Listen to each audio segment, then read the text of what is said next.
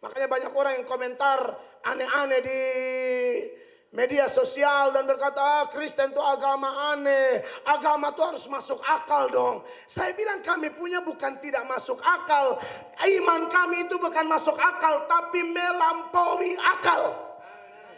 Kau punya masuk akal, saya punya lari lewat akal.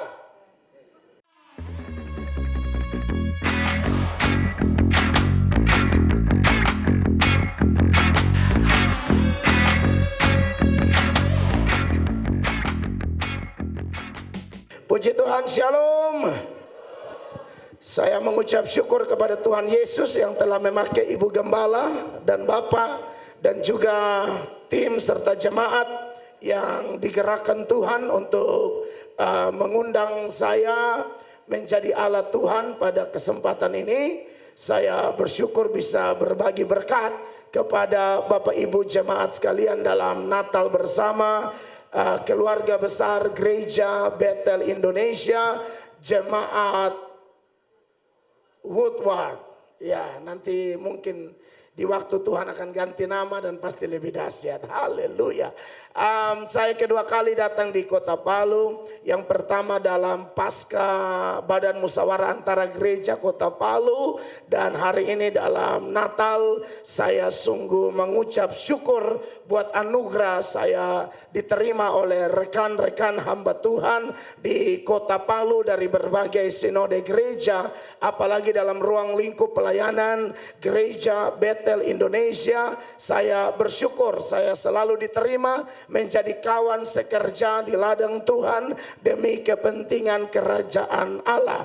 Belum lama ini saya ada di Kota Manokwari dalam ulang tahun GBI Penuai Kota Manokwari yang ke-24 tahun. Tahun lalu saya Natal di GBI Focus on Christ Kota Ambon dan juga di gerejanya Bapak Ketua BPD GBI Ambon, saudara-saudara, dan saya bersyukur buat kesempatan yang luar biasa. Nah, saudara-saudara yang diberkati oleh Tuhan Yesus, buat yang belum kenal, saya Pendeta Mel Atok bersama istri dan juga ada dua saudara kami yang ikut bersama dengan kami. Ada di sini, saya pikir sudah pengangkatan. Tadi di belakang, tapi sekarang sudah di depan. Dua jemaat yang ikut dengan kami untuk bisa menikmati suasana Natal di Kota Palu. Kami berdoa sebagaimana Tuhan mengerjakan mujizat kepada saudara atau Bro Michael Panjaitan dan mungkin orang lain. Kami juga hal yang sama. Dari muda sejak jadi pengkhotbah 24 tahun yang lalu saya khotbah di mana-mana, masuk Kalimantan dan lain sebagainya. Saya belum ketemu istri, belum ada istri. Saya sudah khotbah dan saya berkata nanti saya akan punya anak 4 orang dan laki-laki semua. Itu sudah saya perkatakan saudara-saudara dalam khotbah-khotbah saya. Dan kemudian hari ini saya sudah punya 4 orang anak laki-laki. Bukan karena iman saya hebat, tapi yang hebat adalah Yesus Kristus, Sang Pemberi, Sang Sumber segala berkat, kekasih Tuhan. Dan saya bersyukur saya punya 4 putra dan saya memberikan nama yang sangat unik, lain daripada yang lain, tidak ada di seluruh dunia, tidak ada di Indonesia mulai dari Sabang sampai Merauke, Pulau Miangas sampai Rotendao, karena nama anak-anak saya seturut urutan abjad. Jadi A sampai Z itu saya sapu kasih rata semua. Dan itu menjadi nama anak-anak saya. Anak pertama dari A sampai F. Anak kedua huruf G sampai L. Anak ketiga huruf M sampai S. Anak keempat yang terakhir huruf T sampai Z. Bacanya bagaimana? Jenis ini hanya bisa dibaca dengan doa dan puasa. Ya, itu nama anak-anak saya. Benar-benar nama anak saya. Kalau anak yang pertama A sampai F itu bacanya Absdev. Kan ABC bacanya Abs. Tambah Dev, Absdev. Makanya ini agak bata putar sedikit ya. Ya lengkapnya Absdev Melchris Joines Hormato. Anak kedua GHIJKL bacanya Gitskel. Gitskel Melkreis Michael Hormuatok, dan anak ketiga M sampai S, MNOPQRS bacanya Nopkies. Nopkies Melkreis Daniel Hormuatok, dan anak keempat T sampai Z bacanya Tufexis. Itu memang sudah di anak-anak Ampa. Abstef Gitskel Nopkies Tufexis. Iyo. Ya makanya saya bilang jenis ini hanya apa? Dua. Ya itu perkenalan saja, dan saya adopsi gaya orang Yahudi dalam memberikan nama kepada anak-anak mereka. Orang Yahudi kalau kasih nama kepada anak itu selalu ada arti, dan artinya selalu berhubungan dengan Allah. Daniel, Allah hakimku. Yeskiel, Allah kekuatanku. Bahkan Ismail, dari kata Ibrani Shema dan El, Allah mendengarkanku. Abstef, anak berkat, cinta, damai, empati, firman. Gitskel, generasi House Angel, jalan kehidupannya lurus. Nopkirs, manusia nyatakan otoritas, power, quality, raja surgawi. Tufexis, artinya belum ada karena saya masih pusing mau artinya seperti apa ya. Haleluya.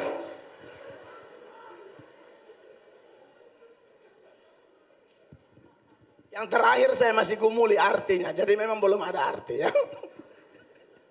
Baik, kami menggembalakan satu gereja di NTT, Assembly of God atau Sidang Jemaat Allah, Jemaat Amazing Grace. Di depan gereja kami tulis di situ bengkel orang berdosa, karena gereja bagi kami bukan tempat berkumpulnya malaikat-malaikat, tapi gereja adalah tempat berkumpulnya orang-orang kotor yang menerima Yesus lalu diperbaiki terus-menerus dari waktu ke waktu, semakin hari semakin serupa dengan Kristus. Jadi gereja di Kupang di Amazing Grace, kalau orang ke gereja kami satu sudah tahu satu. Aduh ini mantan ini mantan ini masa lalu gelap. Tapi itulah Yesus bilang, aku datang tidak cari orang benar, aku datang cari orang berdosa supaya mereka bertobat. Dan saya bersyukur, saya lihat gereja tempat ini agak sedikit mirip-mirip dengan gereja saya ya. Dan saya bersyukur bahwa saya bisa ada di sini untuk berbagi berkat. Dan kekasih Tuhan, sesuai dengan momen yang luar biasa yaitu Natal bersama GBI Woodward kali ini, saya mengajak kita membuka kitab suci kita sama-sama dalam Injil Lukas pasal 2. Saya ajak kita baca berbalas-balasan mulai ayat 10 sampai ayatnya yang ke-14 ya. Lukas pasal 2 mulai ayat 10 sampai ayat 14. Saya lebih dahulu, lalu jemaat mengikuti, dan nanti ayat 14 kita jumpa di sana atau baca sama-sama. 10. Lalu kata malaikat itu kepada mereka, jangan takut, sebab sesungguhnya aku memberitakan kepadamu kesukaan besar untuk seluruh bangsa. 11. Jemaat terkasih, hari ini telah lahir bagimu juru selamat, itu Kristus Tuhan di kota Daud. 12.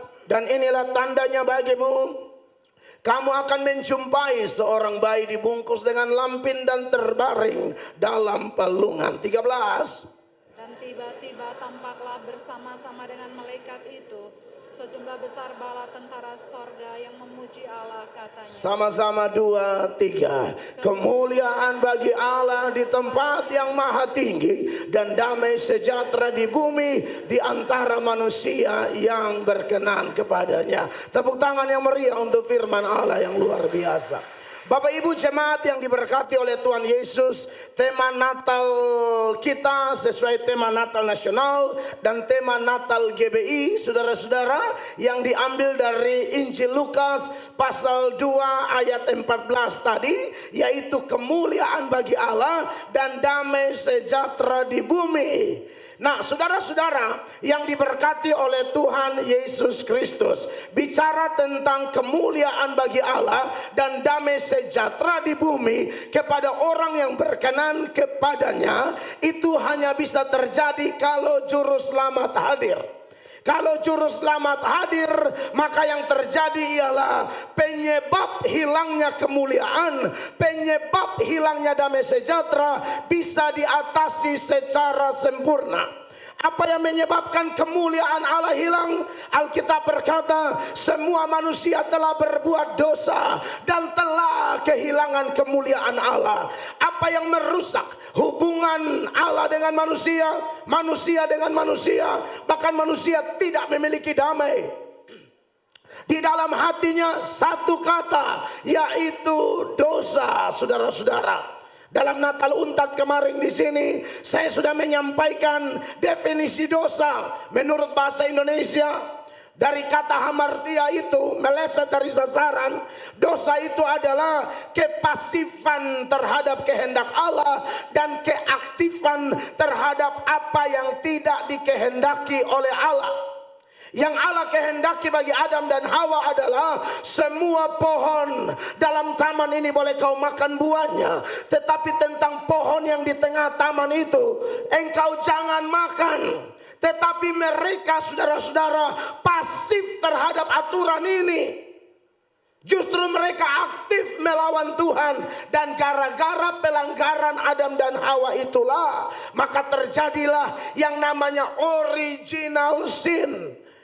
Semua orang akhirnya menjadi berdosa, saudara-saudara. Makanya dalam Roma pasal 5 ayatnya yang ke-12, Rasul Paulus menulis ini kepada jemaat di Roma dan mengingatkan kita semua bahwa gara-gara pelanggaran Adam, kita semua keturunannya tidak bisa menghindar. Kita terkena imbasnya, kekasih Allah. Ayat ini berbunyi demikian. Sebab itu sama seperti dosa telah masuk ke dalam dunia oleh satu orang, dan dosa itu juga maut. Demikianlah maut itu telah menjalar kepada semua orang, karena semua orang telah berbuat dosa.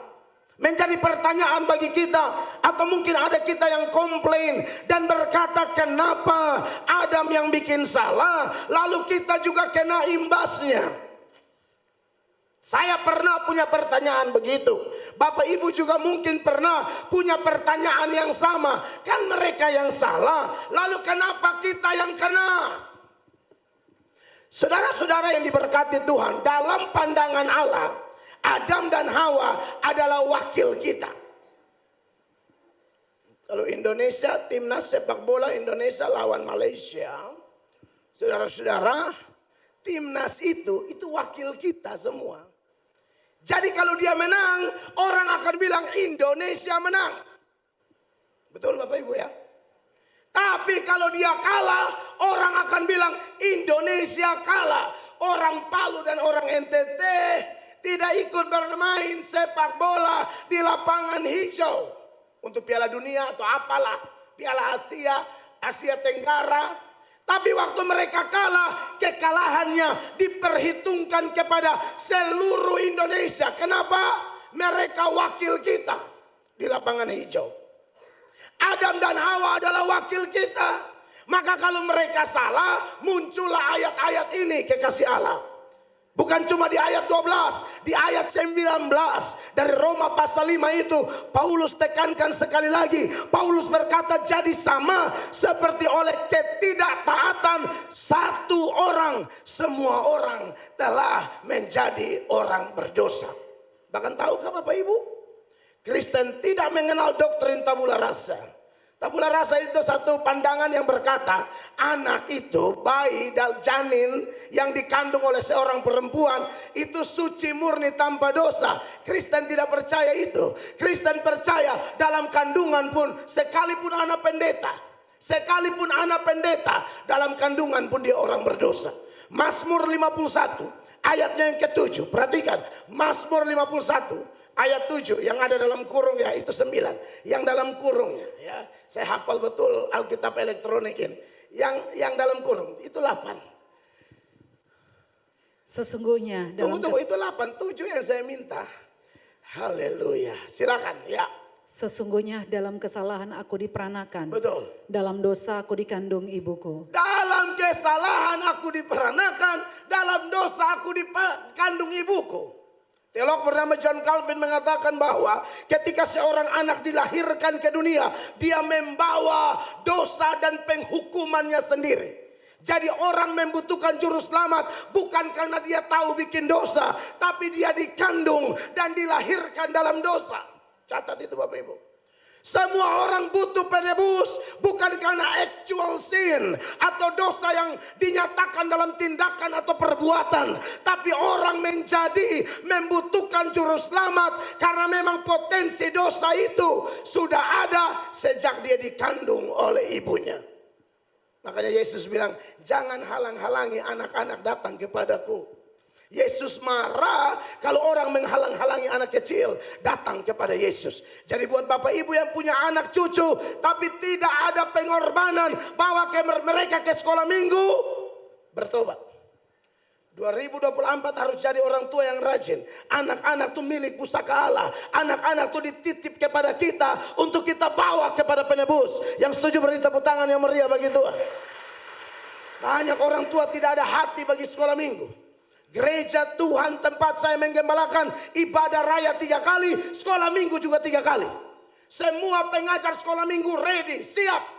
Supaya orang tua jangan pusing, datang pisah ruangan, kasih anak-anaknya di ruang sekolah minggu, anak-anaknya diajar. Orang tua menyembah di ibadah umum, anak-anak menyembah di ruang sekolah minggu. Jangan halang-halangi anak-anak itu datang kepadaku.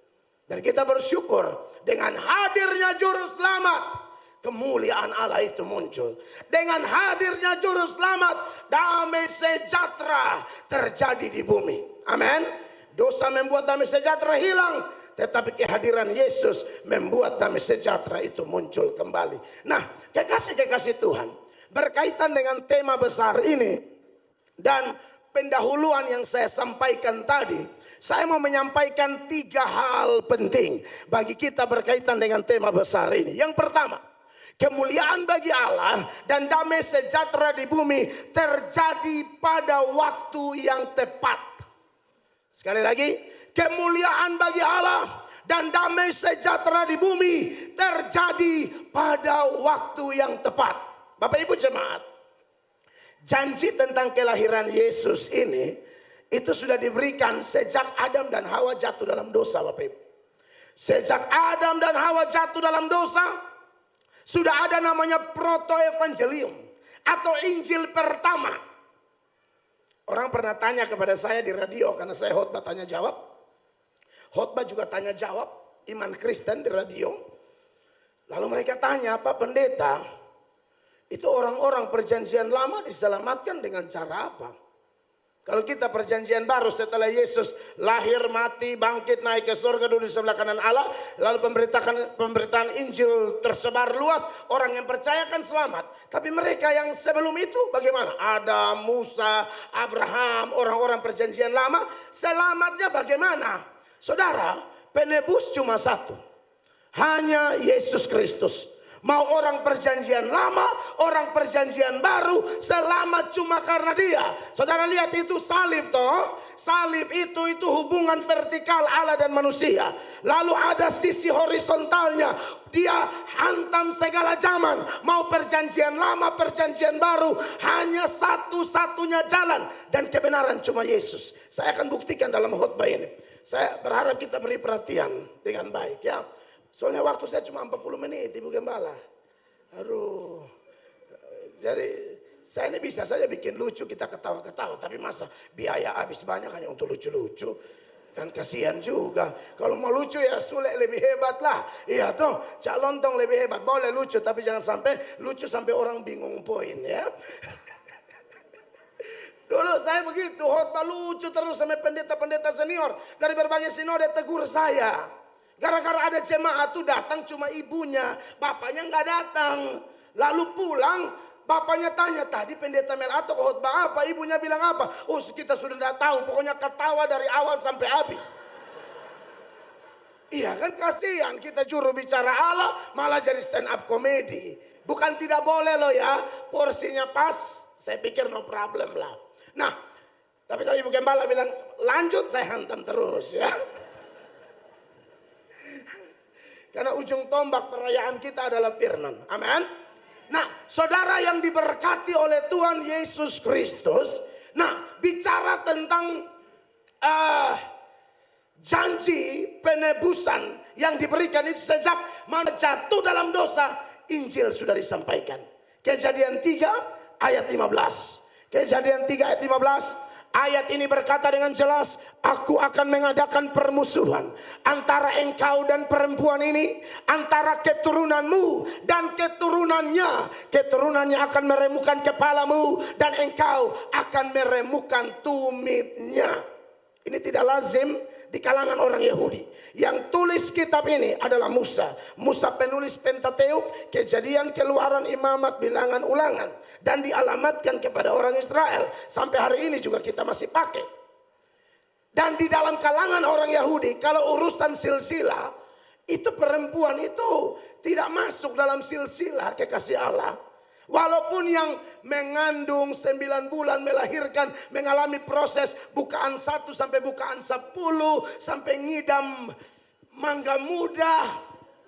Tapi pas anak lahir dalam silsilah nama ibu tidak ada. Abraham memperanakan Ishak, Ishak memperanakan Yakub. Tidak dikatakan Sarah memperanakan, tidak ada. Abraham tidak melahirkan. Kalau orang NTT bilang muku, di sini maksudnya, nah itulah. Abraham memperanakan Ishak, Ishak memperanakan Yakub, Yakub memperanakan Yehuda dan saudara-saudaranya, terus sampai Daud memperanakan Salomo, Salomo memperanakan Rehabeam dan seterusnya.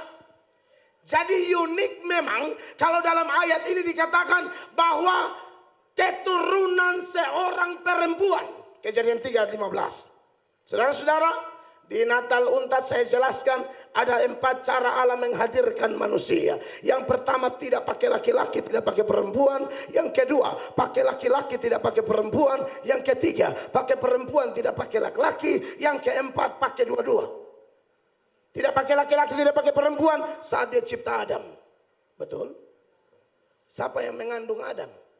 Tidak ada, itu tidak pakai laki-laki, tidak pakai perempuan. Langsung bentuk dari tanah, kasih masuk nafas. That's it. Hidup. Dia cipta Hawa bagaimana? Cuma pakai laki-laki, tidak pakai perempuan. Adam adalah laki-laki terbaik karena tidak punya mertua.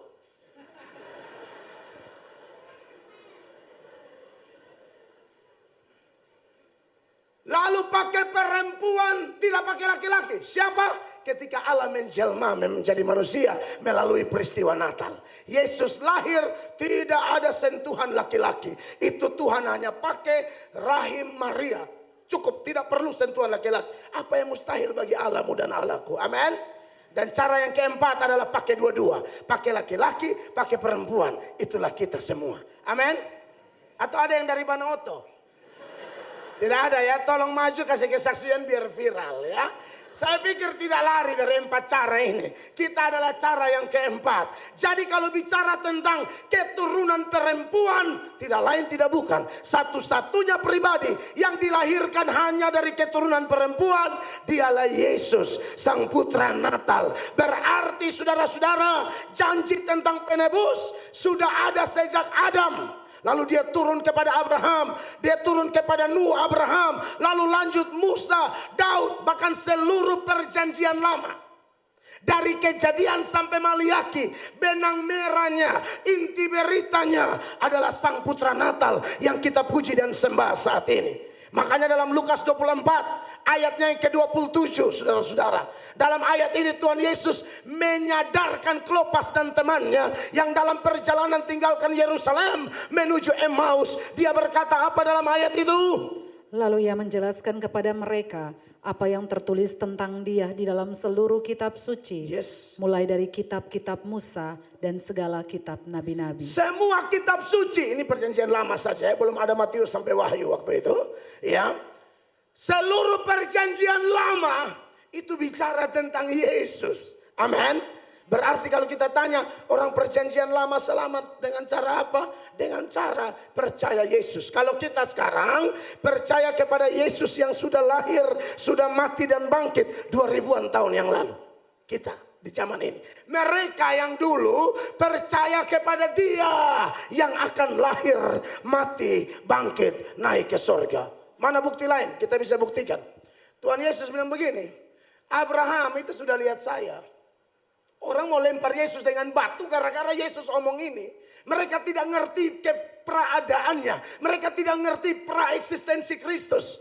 Dia adalah Allah yang menjelma menjadi manusia. Abraham tahu Dia. Abraham beriman kepada Dia.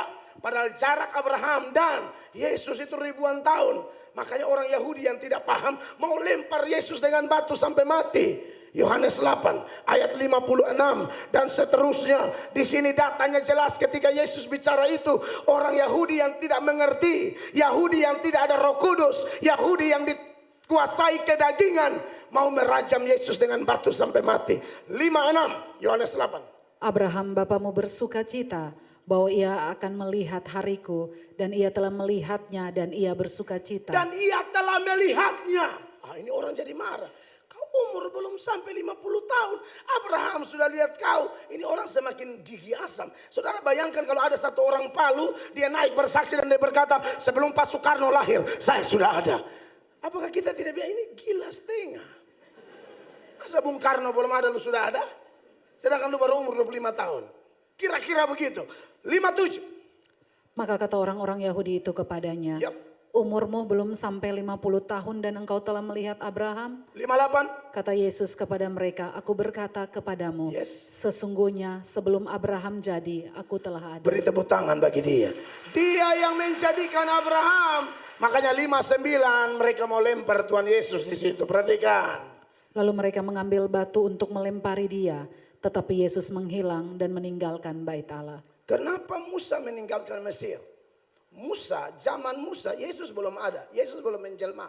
Tapi penulis Ibrani mencatat, Musa percaya kepada Kristus. Saudara kalau baca di Ibrani pasal 11, itu tentang iman, definisi iman, dan contoh-contoh pengalaman dari pahlawan-pahlawan iman perjanjian lama. Ayat 23 sampai ayat 29 itu bicara tentang Musa. 26-nya dia bilang begini, Ibrani 11 ayat 26, 27, 26, 27. Bapak Ibu perhatikan. Ia menganggap penghinaan karena Kristus sebagai kekayaan yang lebih besar daripada semua harta Mesir. Sebab pandangannya ia arahkan kepada upah. Bapak Ibu perhatikan, ini Musa loh. Nanti Bapak Ibu peluang periksa. Makanya minta maaf kalau saya khotbah paling bagus catat ayat. Kalau saudara ketinggalan sedikit langsung ingat koperasi kejar langsung hilang. Ya, jadi diperlukan konsentrasi ya. Utang-utang tahan dulu, nanti damai Natal akan memberi solusi ya. Saudara ini ayat berkata karena iman maka ia telah meninggalkan Mesir. Yang 26 tadi maksud saya, Ia menganggap penghinaan karena Kristus. Kapan Yesus lahir, kapan Musa hidup. Tapi Abraham beriman kepada siapa? Yesus. Musa beriman kepada siapa? Yesus. Makanya pada waktu Yesus mati itu ada 3 fenomena terjadi. Ada gempa bumi, ada tabir Allah terbelah bagi 2. Dan ada satu lagi, orang-orang kudus bangkit. Orang-orang kudus yang mana itu? Itulah orang-orang kudus perjanjian lama yang percaya kepada Yesus. Jadi Yesus adalah satu-satunya jalan. Kemuliaan bagi Allah, damai sejahtera di bumi terjadi pada waktu yang tepat. Sekalipun menurut manusia lama banget ya saudara-saudara.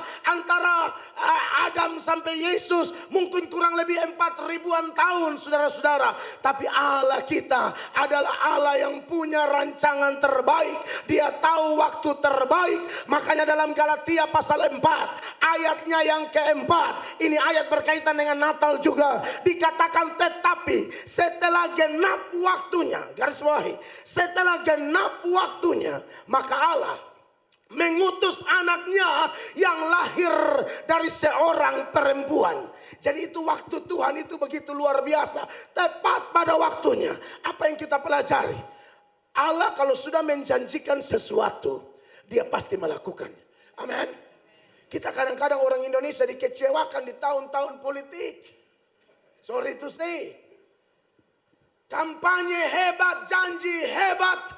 Tapi waktu mereka sudah duduk di sana, kita punya hati luka sambil berkata, dia janji lain, dia bikin lain. Tapi tidak semua. Kalau orang politik yang takut Tuhan, dia janji apa dibuat itu. Amin. Jadi kalau saudara orang Kristen lihat toko yang kayak begitu, coblos dia. Amin. Saya tidak kampanye ke siapa-siapa nih saudara-saudara ya. Saya hanya mau kasih tahu, kita sering dikecewakan dengan janji-janji. Janji nikah. Oh iya, orang pikir nikah itu janji kepada pendeta. Aduh keliru. Kami hanya alatnya. Kamu tidak janji kepada pendeta. Kamu janji kepada Tuhan Allah. Amin. Apa kamu setia? Dalam suka duka, untung rugi, sakit sehat. Langsung. Sekarang ini saya ngeri-ngeri sedap kalau lihat orang berselingkuh. Ada yang pakai istilah ATM BCA. Asal tidak mengandung berselingkuh cuek aja. Darah Yesus berkuasa. Ada yang juga bilang ATM BCA artinya akibat tidak mengandung, berselingkuh cari anak. ATM Mandiri. Tanya di Bank Mandiri sana. Saya tidak semua ATM saya tahu artinya. Bapak Ibu jemaat, kita sering dilukai dengan janji-janji seperti itu. Tapi melalui momen Natal bersama Gereja Bethel Indonesia Woodward ini, kita diingatkan Natal terjadi pada waktu yang tepat. Kemuliaan Allah, damai sejahtera di bumi terjadi pada waktu yang tepat. Setelah genap waktunya, dia mengutus anaknya yang lahir dari seorang perempuan. Jadi kalau saudara sedang bergumul sesuatu, apapun itu ya, bagi saudara yang sering ingkar-ingkar janji dengan Tuhan, melalui momen Natal ini bertobatlah. Amin. Allah tuh mau kita seperti dia. Kalau dia tepati janji, kita juga tepati janji Bapak Ibu. Dosa sebesar apapun dari kita, kalau kita minta ampun, kita diampuni total. Sekalipun merah seperti kermisi, akan diputihkan seputih salju. Merah seperti kain kesumba, akan diputihkan seputih bulu domba. Ingat, dosa apapun, kalau kita minta ampun, beres. 1 Yohanes 1 ayat 9. Itu ayat berkata dengan jelas, jika kita mengaku dosa kita, maka ia adalah setia dan adil. Ia akan mengampuni kita dari segala dosa kita dan menyucikan kita dari segala kejahatan. Tapi ingat, dosa diampuni, tapi janji kita kepadanya dia tidak lupa. Ulang. Ibu dengar baik-baik. Dosa apapun minta ampun diampuni. Tapi janji kita kepadanya harus ditepati. Dia tidak lupa. Yakub berdosa diampuni. Tapi Yakub janji mau bikin mezbah di Betel. Dia bilang pulang. Pulang ke Betel. Kau sudah janji. Buat mezbah di sana. Saudara yang sudah suka janji-janji tapi gagal. Malam ini malam kebangkitan. Amin Bapak Ibu terkasih. Waktu sakit janji kalau saya sembuh saya akan pelayanan. Yesus sembuh tambah gila. Saya sudah hadapi orang begini terlalu banyak. Waktu sakit, waktu bangkrut, waktu ekonomi lagi morat marit, lagi hancur-hancurnya, banyak kali janjinya. Bagian Allah tolong karena Allah kasihan, Allah tahu dia lemah, Allah bantu dia, sodapa itu pertolongan. Dia mulai kasih tunjuk dia kepala-kepala miring. Pukulan berikut jauh lebih ngeri. Kepada orang keras, panggilannya keras.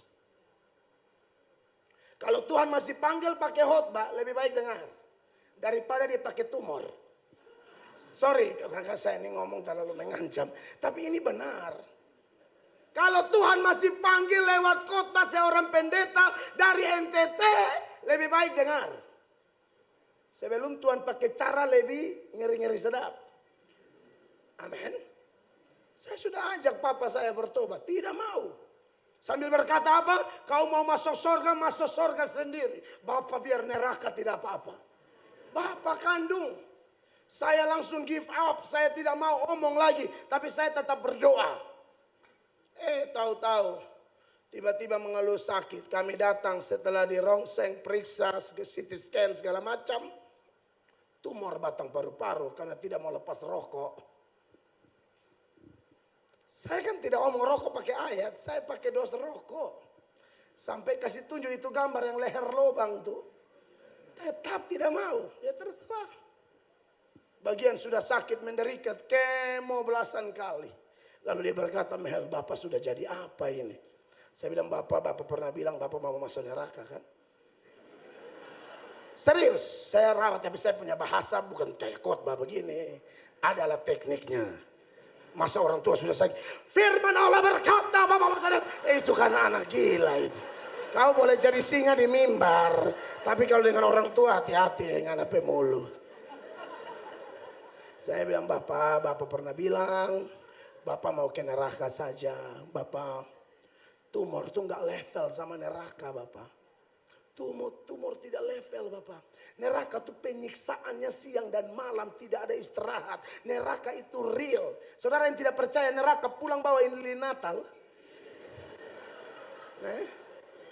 Ngana tes, jangan apa jari kelingking, 5 detik, sorong. Kalau kuat tahan sampai 1 menit, kalau kuat 5 menit.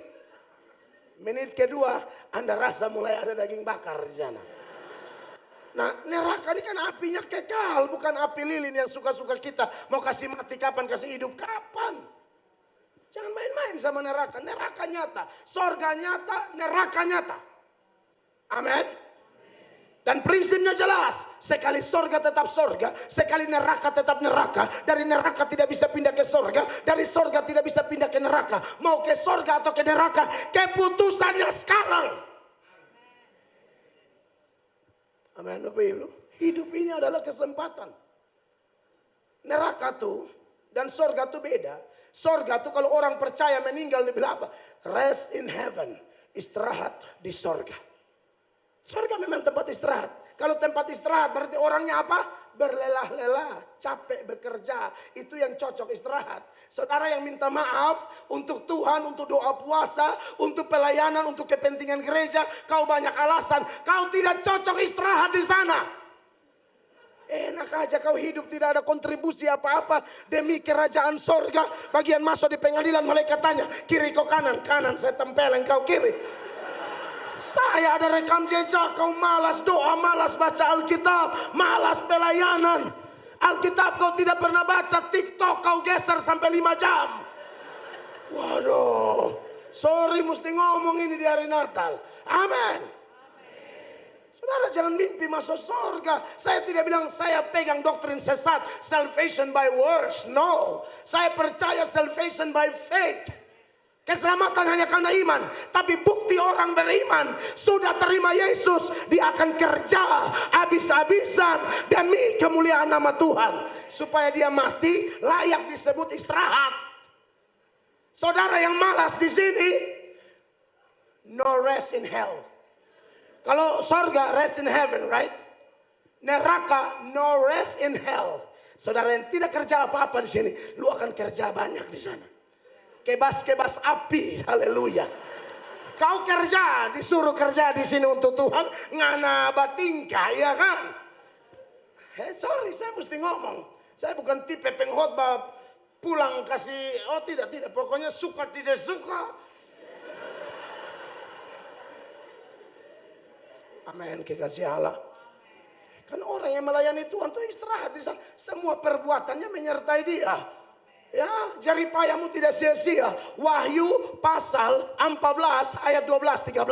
Ayat 12 itu ayat bilang begini, mengingatkan kita. Wahyu 14-12. Yang penting di sini ialah ketekunan orang-orang kudus. Yes. Yang menuruti perintah Allah dan iman kepada Yesus. Dan iman kepada Yesus. Kemudian 13. Dan aku mendengar suara dari sorga berkata. Suara dari sorga berkata bilang apa? Tuliskanlah. Berbahagialah orang-orang yang mati di dalam Tuhan. Amen. Sejak sekarang ini. Yes. Sungguh kata Roh, supaya mereka boleh beristirahat dari jerih lelah mereka, karena segala perbuatan mereka menyertai mereka. Panitia Natal 2023. GBI Woodward yang sudah capek melayani Tuhan, jerih payahmu tidak sia-sia. Aduh, mungkin Bapak Gembala, Mama Gembala atau yang lain, namanya manusia terbatas, dia tidak lihat Anda. Tapi sorga catat jelas. Tapi buat panitia yang hanya capek, sibuk hanya pas Natal, itu juga harus bertobat. Jangan habis Natal hilang anak dari gereja. Oh itu juga timbul tenggelam itu, jangan. Semangat terus. Amin. Saya punya prinsip begitu. Kerja sungguh-sungguh. Khotbah sungguh-sungguh. Pendeta senior di GSI NTT mengatakan, hei pendeta-pendeta muda, khotbah tidak keringat, jangan coba-coba makan. Isu mulai banyak ini. Jangan main-main. Makanya lihat makanan tuh langsung menyanyi lagu, ratakan meja bergelombang. Haleluya. Oh ya, kita kerja buat Tuhan. Amin. Jadi kekasih-kekasih Tuhan yang sudah janji-janji tapi lupa, tolong bangkit malam ini. Amin.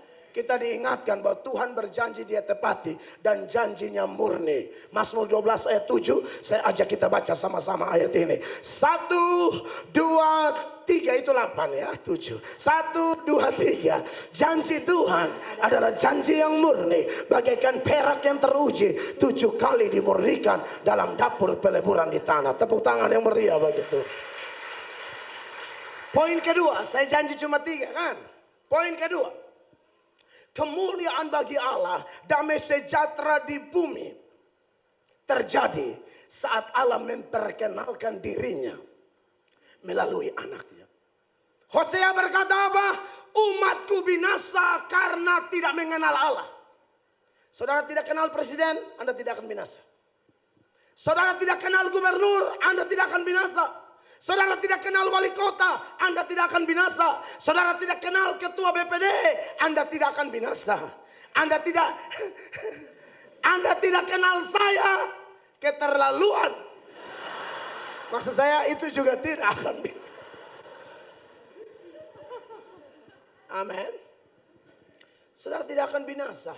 Tapi kalau tidak kenal Allah, kamu selesai. Umatku binasa karena tidak mengenal Allah. Tapi ada problem di sini. Untuk mengenal Allah ini sulitnya luar biasa. Tapi kalau tidak kenal dia binasa.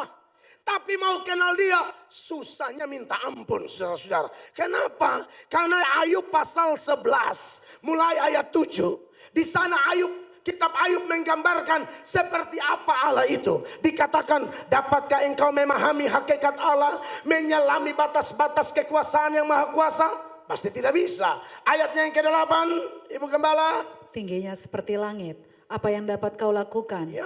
Dalamnya melebihi dunia orang mati, apa yang dapat kau ketahui? 9. Lebih panjang daripada bumi ukurannya, dan lebih luas daripada samudra. Iya, saudara-saudara. Kan tingkat pemahaman manusia ini dimulai dari benda, barang, manusia, baru Allah.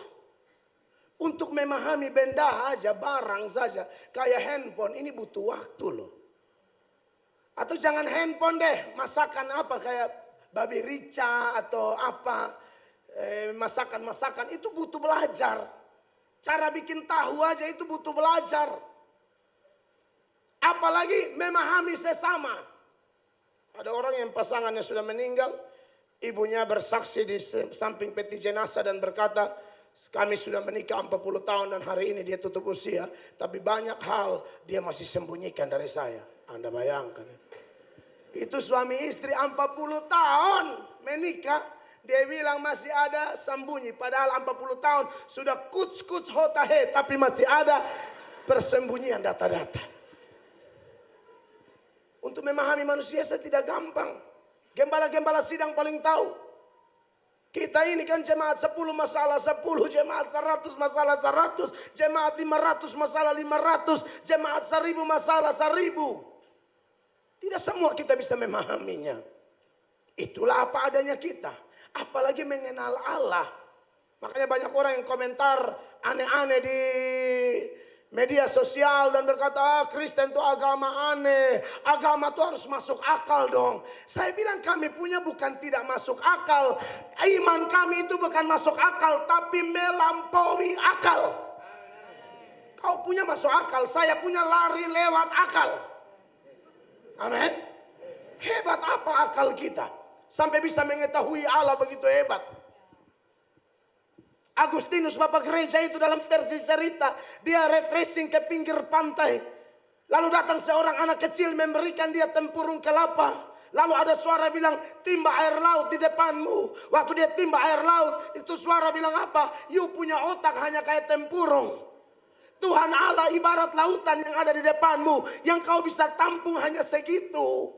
Jadi saya tidak percaya ada pendeta yang terlalu pintar sampai menjelaskan sampai detail-detail tentang Allah, dia tahu semua. Kalau Anda sudah menjelaskan Allah sampai detail, itu bukan Allah lagi itu. Masa Allah kau jelaskan sampai semua-semua? Saya tidak percaya itu. Amin. Ayub 36 ayat 26. Ayub 36 ayat 26 ini ayat bilang apa? Saya semua habis, tahan sedikit. Ibu Gembala su bilang, Pak Joy boleh tambah, maka saya akan tambah sedikit ya. Sesungguhnya Allah itu besar, tidak tercapai oleh pengetahuan kita. Sampai di situ. Sesungguhnya Allah itu besar, tidak tercapai oleh pengetahuan kita. Siapa bilang pendeta paling hebat? Tidak. Agustinus terlalu pintar.